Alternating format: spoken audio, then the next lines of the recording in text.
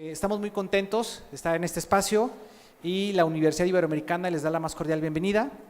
Le damos la bienvenida al candidato Marco Rascón. Muchas gracias por estar aquí con nosotros. Gracias. Le damos la bienvenida también a Natalia Herrera, representante de egresados que la universidad, un aplauso por favor también.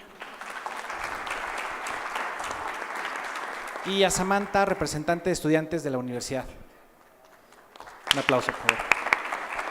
Bueno, sí, vamos a seguir con la dinámica que tenemos hasta ahora. Le vamos a dar la palabra al candidato. Bueno, antes voy a leer su biografía, una semblanza, y luego le damos la palabra al candidato por 10 minutos para que exponga su agenda. Bueno, Marco Antonio Rascón Córdoba tiene estudios de licenciatura en Antropología e Historia y en Economía también por la UNAM. Contra la represión política, contribuyó y participó en la formación del Frente Nacional contra la Represión y apoyó organizaciones integradas por familiares de desaparecidos, esto a finales de la década de los 70. Tras el terremoto ocurrido en la Ciudad de México en 1985, participó activamente en las tareas de reconstrucción y participó en la fundación de la Coordinadora Única de Damnificados. En 1987 fundó la Asamblea de Barrios y creó el personaje que es ícono, que es Superbarrio. También, bueno, este personaje, Superbarrio, que se convirtió en un símbolo de la lucha urbana legítima por defender y proteger los derechos ciudadanos en materia de vivienda. Participó como miembro fundador del PRD, del cual formó parte en su primera dirección en 1989. En el servicio público fue diputado federal por el PRD, fue asesor del entonces jefe de gobierno, Cuauhtémoc Cárdenas, y precandidato a la jefatura de gobierno. Actualmente es candidato a jefe de gobierno de la Ciudad de México por el Partido Humanista. Pues candidato, bienvenido. Gracias.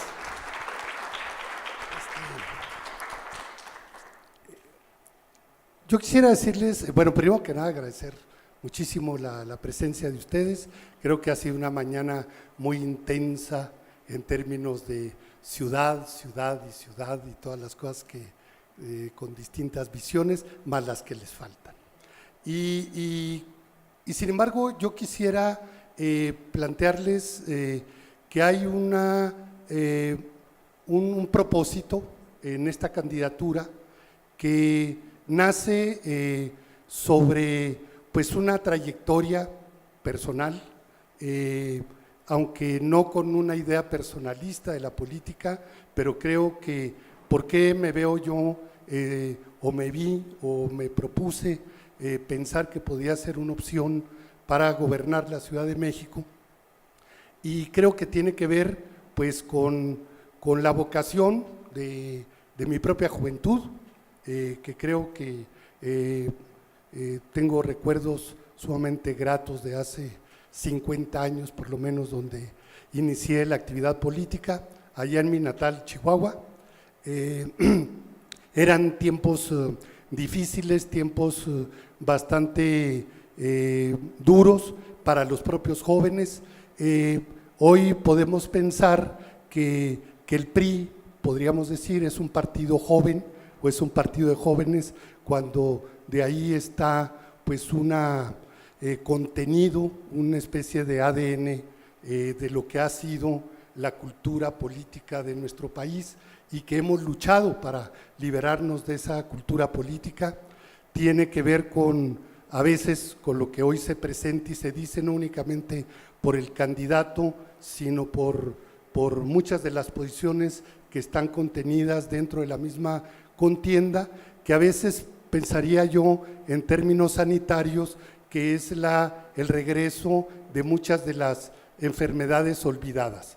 Hoy, por falta de políticas públicas, a veces en materia de salud, hay el regreso de la polio o el regreso de la tuberculosis, que se consideraban erradicadas, pero de esa misma manera, hoy hay un extrañamiento de que en una ciudad como esta, que se caracteriza por su diversidad y su multiculturalidad, por su pluralidad política, de pronto esté presente la idea de una sola familia, de un solo partido, de un partido único y de formas autoritarias que prácticamente nos han, que se están proponiendo como una posibilidad de gobernabilidad.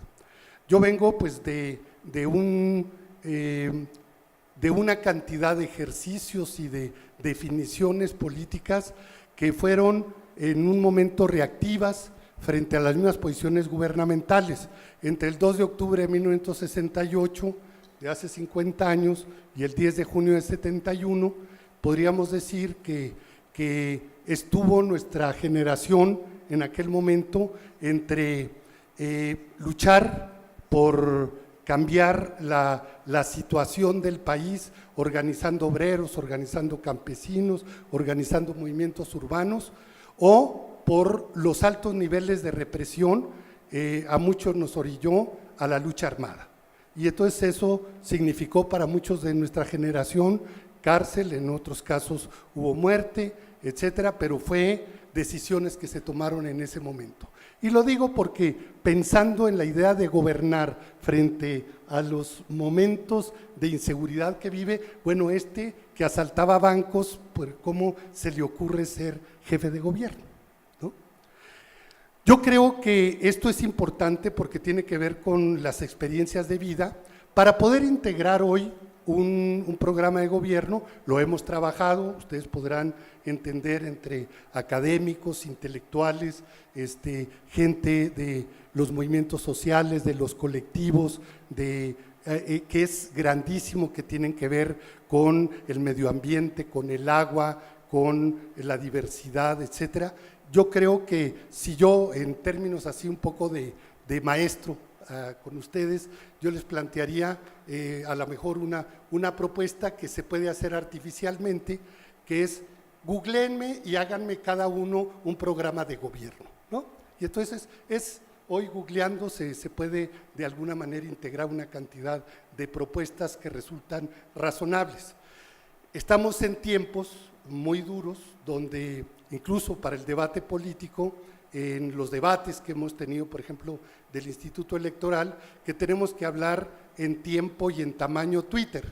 Es decir, dime en un minuto cuál es tu propuesta para resolver el problema económico y de la sustentabilidad de la Ciudad de México.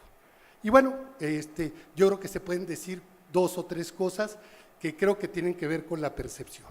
Ahí tiene que ver, yo soy el de los 7 candidatos, soy el de mayor edad, pero al mismo tiempo creo que una de las cuestiones muy importantes que a veces es cuestionada, pero que también tiene que ser explicada, porque también el asunto de la campaña tiene que ser pedagógica, es el papel de la política. Y yo creo que para una ciudad como esta, el tema de la política es sumamente importante, porque me queda muy claro cuáles son las diferencias con cada uno de los compañeros con los que estoy compitiendo actualmente, pero también me queda muy claro que las fuerzas sociales que ellos representan y los votos que van a tener, los vamos a necesitar cualquiera para poder gobernar y para poder resolver gran parte de los problemas.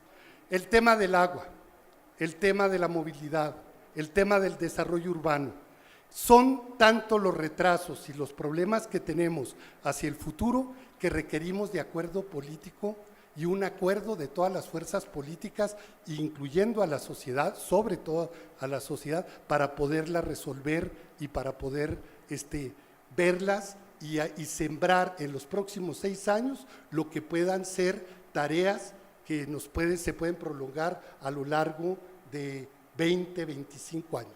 Por decir el tamaño del agua. El tamaño del agua no es un asunto nada más de plomería, es un asunto de que hemos vivido desde hace 750 años desde que se fundó la ciudad, arriba de un lago, hemos agredido y tenemos un problema de relación con el agua que obviamente nos la está cobrando y nos la va a seguir cobrando, sea por sismo, sea por lluvia, sea por esa mala relación que una parte del año nos inunda y otra nos mata de sed. Pero esto lo queremos ver como un asunto meramente de respuestas inmediatas, cuando el conjunto de la sociedad, el conjunto del gobierno, si bien tenemos que exigir comportamientos y actitudes inmediatas, también tenemos que tener en conjunto una visión de largo plazo. Y aquí yo creo que es importante precisamente con esta presentación aquí en la Iberoamericana, precisamente con una generación de jóvenes. Los que van a decidir esta elección, que no es el caso, creo yo, ya, pero los que van a decidir, los de 18 años, que son un poco más jóvenes que su generación, nacieron en el año 2000, que no sabían, o sea, que no conocen a ciencia cierta qué es lo que pasó anteriormente, pero que hoy está regresando como algo novedoso. Esa visión autoritaria está queriendo regresar y está queriendo agredir pues prácticamente cosas esenciales de libertades y derechos que se han conquistado. Hace el año pasado, que ha pasado desapercibido, resulta que se aprobó una constitución, la Constitución de la Ciudad de México. Y esa constitución, mal hecha o hecha al trancazo, etcétera, como quieran, contiene una gran cantidad de percepciones sobre libertades, sobre derechos, sobre diversidad, etcétera, unas cumplibles a partir de políticas presentes y otras que se tienen que de alguna manera ver a largo plazo. Sin embargo, pareciera ser que en la campaña eso no existe y entonces empezamos a inventar cosas como si fuera el hilo negro con respecto a la Constitución. Y esas cuestiones de la Constitución en esta ciudad y para esta ciudad, me disculpan, pero vienen de muchas de las demandas que vienen de 3, 4 generaciones atrás de la ciudad, 1968, 1971, el sismo del 85, lo que significó 1988, lo que significó la idea de poder transformar y democratizar el país, y que hubo resistencias, pero también se fijaron otro tipo de alternativas y se impuso un modelo de desarrollo económico y que tenemos padeciendo más de 30 años. El asunto del liberalismo, como las brujas, dicen que no existe, pero de que los hay, lo hay. O sea, y tiene que ver con qué, cuando se privilegia lo privado sobre lo público, cuando prácticamente en lo que son muchos de los temas transversales que hoy estamos padeciendo, está presente esa idea de exclusión, de intolerancia y obviamente está presente y se disfraza también de derechos individuales y de democracia. ¿Cómo poder dilucidar entre cada uno qué es lo que puede significar? Pues yo me propongo, y aquí con esto concluyo estos 10 minutos, es entre la idea de la política, de tener un conocimiento de la ciudad en momentos críticos, en momentos festivos, en la idea de la cultura, en la idea de la promoción de lo que es la participación social ciudadana en muchos de los acontecimientos y sobre todo tratar de explicar el origen de los problemas y también de organizar las respuestas. Yo no sabía formar partidos políticos, he sido muy malo, he sido pésimo, pero sabíamos organizar broncas, organizar desde los movimientos, las organizaciones, los barrios, las colonias, y dieron un resultado donde mucha gente ganó, y hoy quisiéramos hacer de eso, hacer políticas públicas y hacer gobierno. Gracias. Pues muchísimas gracias, candidato Rascón. Pues vamos a iniciar una serie de preguntas. Si están interesados en hacer preguntas, les pedimos que hagan aquí una fila. También Natalia tiene algunas preguntas. ¿Quieren que empezamos con alguna pregunta de Natalia, por favor?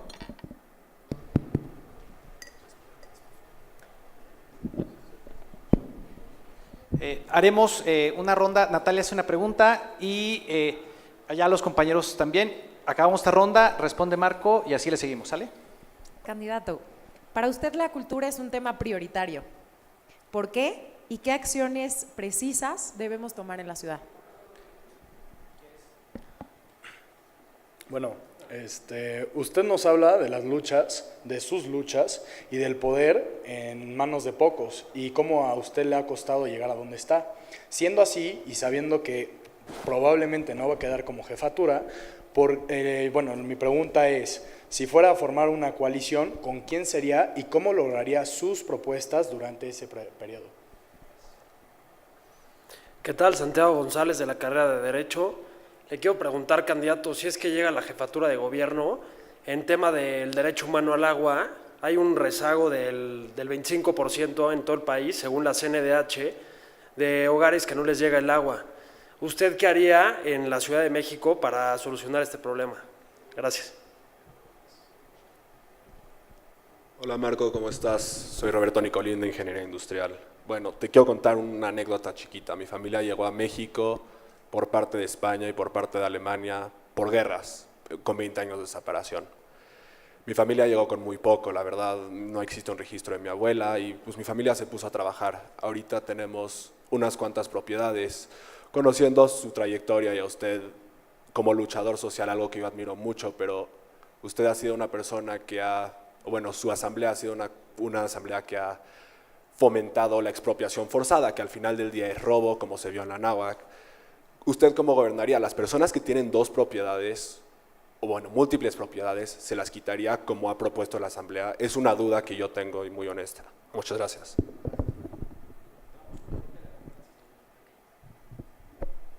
Hola Marco, soy Estefanía Carrillo, soy de la licenciatura de Ciencias Políticas y Administración Pública.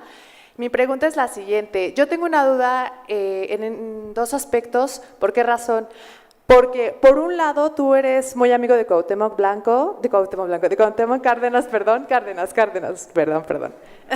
Cárdenas, reitero, y él fue uno de los fundadores del PRD, pero por otro lado el Partido Humanista está ahorita en coalición con Morena. Entonces en lo personal, no, me refiero no en la gubernatura, sino jefe de gobierno, perdón, sino más bien a nivel nacional. Si alguno de los dos partidos te invitara a ti unirte, ¿a cuál te irías tú? Y la Gracias. última pregunta, ¿qué pasó? ¿Por qué se puso usted una máscara de cerdo en el Congreso? ¿Fue una falta de respeto al Congreso? Y como jefe de gobierno, ¿qué podría significar?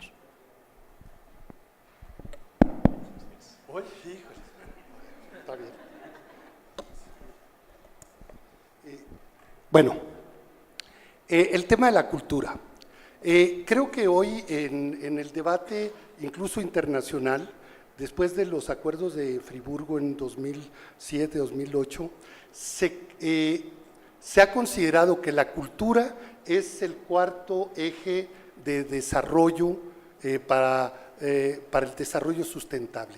No basta resolver el problema de la pobreza, no basta resolver el problema de la economía, no basta resolver de manera aislada el tema o atacar el problema ambiental sin el tema de la cultura. Es uno de los ejes transversales más importantes y sobre todo que la cultura es lo que da el ingrediente para el cambio cualitativo precisamente de los ciudadanos que tienen acceso a los derechos culturales, a la oferta cultural, precisamente para cambiar ese contenido o esa circunstancia. La pobreza evidentemente es un clavo, es algo que lacera a las propias sociedades y más en nuestros tiempos se ha polarizado a la misma sociedad. Sin embargo, el tema de la cultura cambia radicalmente, incluso tiene que ver con nuestros propios, la circunstancia que estamos viviendo. Hubo una reforma pésima en el gobierno de Ernesto Zedillo, que fue el de quitar actividades culturales y artísticas desde la escuela primaria. O sea, lo que era la maestra de piano que daba clases donde se hacía bullying, era como una especie de recreo en ir con la maestra que tocaba y se hacía el coro, etcétera, o algún tipo de actividades teatrales, etcétera. Era sumamente importante porque pues ahí muchos de los jóvenes, los niños, tenían y descubrían sus propias vocaciones culturales y artísticas. Esto desapareció y hoy tenemos pues un conjunto de valores que lo importante pues es la suerte, sacarse la lotería, o es para muchos jóvenes, si vamos a Tláhuac, que últimamente hemos estado, y me platicaban de nada más entre equipos de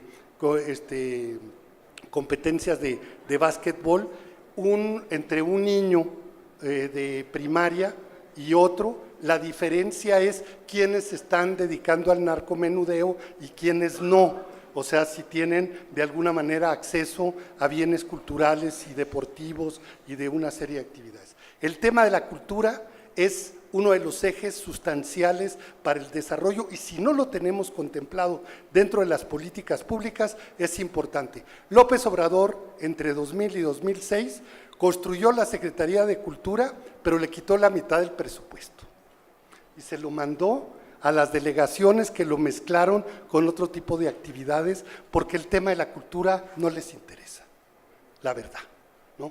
Bueno, sobre el asunto del derecho humano al agua.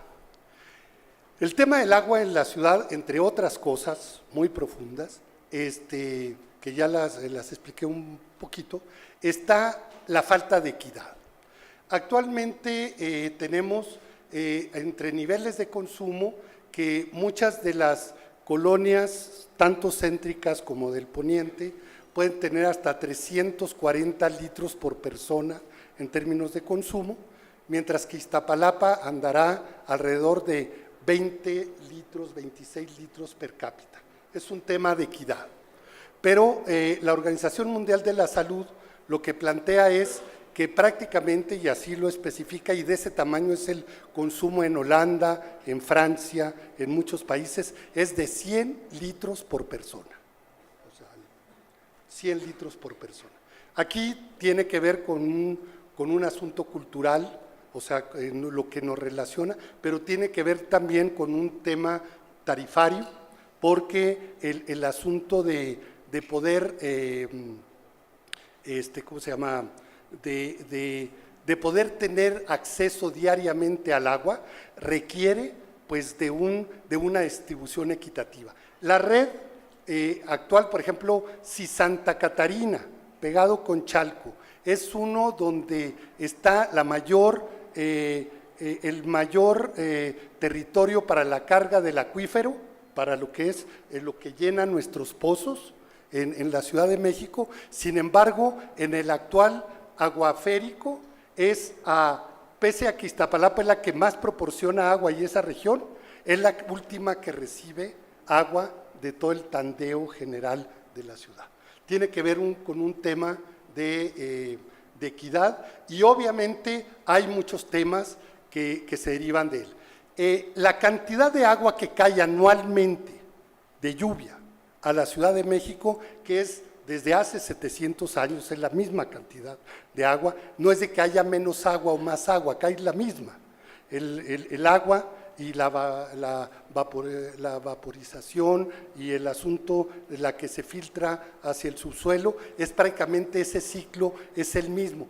La locura que tenemos es que prácticamente de toda esa agua que es para llenar el lago de Texcoco, que son 4 bahías de Acapulco, nos dedicamos a gastar energía y recursos económicos para lanzarla al Golfo de México, para llevarla al Golfo de México.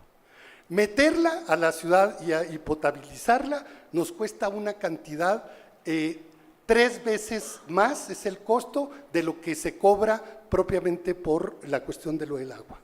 Entonces, si generamos equidad, 100 litros, pero de alguna manera el que pase esos 100 litros, pues tiene otro tipo de tarifa también, tiene que tener, porque el agua también se tiene que pagar. Pero entonces tiene que llegar los de Iztapalapa, como los del poniente, como los del oriente, sur y norte, tienen que tener el mismo nivel del agua. Para esto se requiere infraestructura y la traemos muy retrasada, la traemos muy atrás.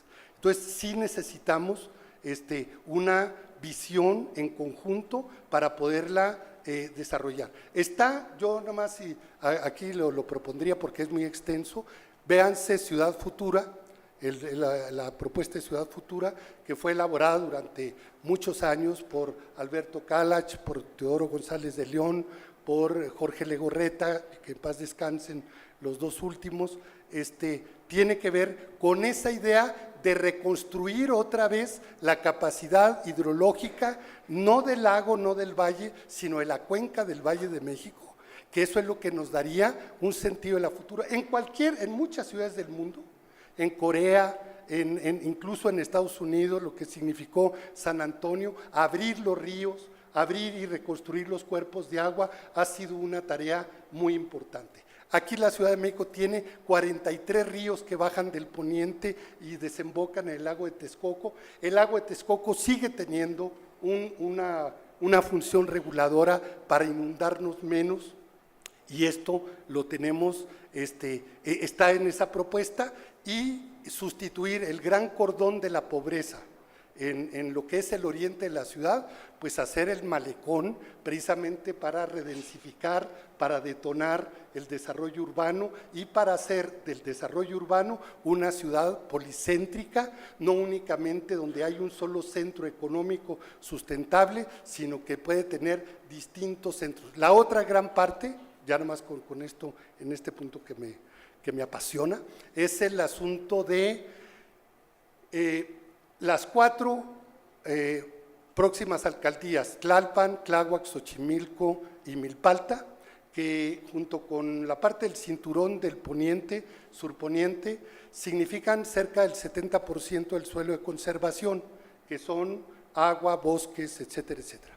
Requerimos una reforma política administrativa para poderle darle una especie de autonomía a estas alcaldías, a hacer un parlamento popular de todos los pueblos, porque coinciden en términos culturales, históricos, gastronómicos, etnológicos, etcétera, y sin embargo están divididos. Entre los de Milpalta con los de Tláhuac no se ven, cuando tienen pues una realidad común, y necesitamos derivar una cantidad de recursos específicamente que tienen que ser distintos al criterio de cómo hoy se distribuye el presupuesto.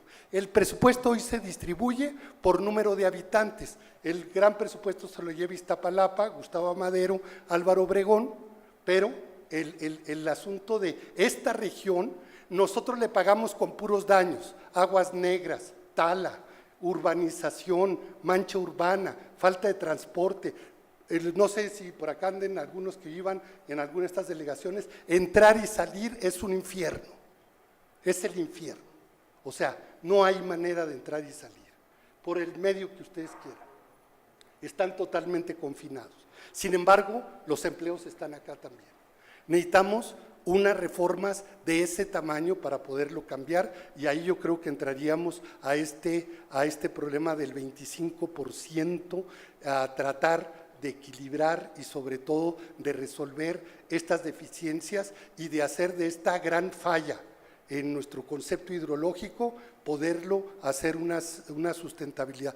Véanse ustedes en la edad que hoy yo tengo, y entonces vamos, imagínense la ciudad con el problema que tenemos ahorita del agua, imagínenselo dentro de 35, 40 años. Bueno, y la otra, asamblea de barrios, que es muy... el 1985, no sé en la época, el momento, en 1985 todavía no existía la Asamblea de Barrios, pero nosotros desde el movimiento inquilinario ya planteábamos la necesidad de la expropiación. En el área central, todo lo que son colonias Guerrero, Santa María la Ribera, Tlampa, Peralvillo, Doctores, etcétera, el gran fenómeno que existía eran los intestados, mucha abandono, o sea, por parte de los predios, y había un gran fenómeno que estaba en el centro de la ciudad, pero era invisible. Eran ciudades, las vecindades eran especies de ciudades perdidas, donde vivían 30, 40 familias con 4 baños, 2 regaderas, en un hacinamiento donde entraba uno por una puertita y adentro era todo un mundo, ¿no? El sismo de 1985 hizo evidente todo eso. Y una de las medidas que tomó el gobierno, que no lo habían visto, y ahí incluso fue una crisis política, de comunicación del propio gobierno, porque cuando nosotros hicimos el planteamiento en el Congreso, en la Cámara de Diputados, la Diputación del PRI de ese momento dijo, es una irresponsabilidad y es un despojo, etcétera. Finalmente, a los 3 días, el presidente Miguel de la Madrid saca el decreto expropiatorio de 4,800 vecindades, edificios, etcétera, que de esas 4,800 predios se construyeron alrededor de 60,000 viviendas nuevas, donde cada familia tenía su pequeña vivienda, con su baño, que cambió cualitativamente la vida en el área central de la ciudad. Hubo 2 características. Se pagó por esa vivienda, o sea, mucha gente se fue al amparo, se fueron a la tramitación, pero se depositaron en Afinsa mientras estaba el pleito, unos amparos se ganaron, otros se perdieron, pero en general los mismos propietarios entendieron el asunto. ¿Por qué? Porque era un momento donde la ciudad y el país vivía una inflación terrible, andábamos alrededor de 180% inflación al año.